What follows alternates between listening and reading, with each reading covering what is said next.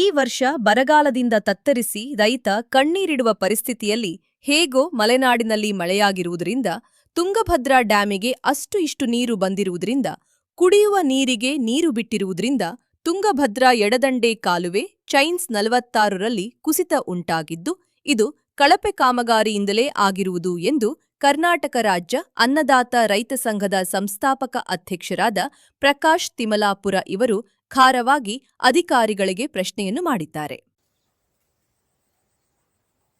ನಮ್ಮ ತುಂಗಭದ್ರಾ ಡ್ಯಾಮಿನಲ್ಲಿ ಮೊದಲೇ ನೀರಿನ ಕೊರತೆ ಇದ್ದು ರೈತರಿಗೆ ಸಮರ್ಪಕವಾಗಿ ನೀರು ಒದಗಿಸದೆ ಕೇವಲ ಕುಡಿಯುವ ನೀರಿಗಾಗಿ ಪೂರೈಸುತ್ತಿರುವ ನೀರು ಸಹ ಪೋಲಾಗುವುದಕ್ಕೆ ಮುಖ್ಯ ಕಾರಣ ಅಧಿಕಾರಿಗಳು ಎಂದು ಭಾವಿಸಬಹುದು.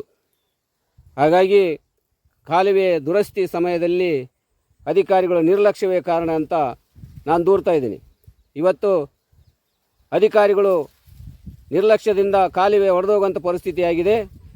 ಹಾಗಾಗಿ ನಾನು ಇವತ್ತು ಕಾಮಗಾರಿಯ ಕಳಪೆ ಆಗಿದೆ ಎಂದು ಎದ್ದು ಕಾಣ್ತಾ ಇದೆ. ಈ ಕಳಪೆ ಕಾಮಗಾರಿಯನ್ನು ಸರಿಯಾದ ರೀತಿಯಲ್ಲಿ ನಿರ್ವಹಣೆ ಮಾಡಿದ ಕಾಂಟ್ರಾಕ್ಟ್ಗಳ ಮೇಲೆ ಶಿಸ್ತು ಕಾನೂನು ಕ್ರಮ ಜರುಗಿಸಬೇಕು ಹಾಗೂ ಇಲ್ಲ ಅಧಿಕಾರಿಗಳ ಮೇಲೆ ಶಿಸ್ತು ಕಾನೂನು ಕ್ರಮ ಜರುಗಿಸಬೇಕೆಂದು ಈ ಮೂಲಕ ನಾನು ಮಾಧ್ಯಮದ ಮುಖಾಂತರ ಎಚ್ಚರಿಕೆಯನ್ನು ಕೊಡ್ತಾ ಇದ್ದೇನೆ. ಮತ್ತೆ ಈ ಕಾಮಗಾರಿ ಕಳಪೆ ಆಗಿದ್ದವರ ಮೇಲೆ ಅವರ ಕಾಂಟ್ರಾಕ್ಟನ್ನು ಬ್ಲ್ಯಾಕ್ ಲಿಸ್ಟಲ್ಲಿ ಹಾಕಬೇಕೆಂದು ಒತ್ತಾಯ ಮಾಡ್ತಿದ್ದೇನೆ.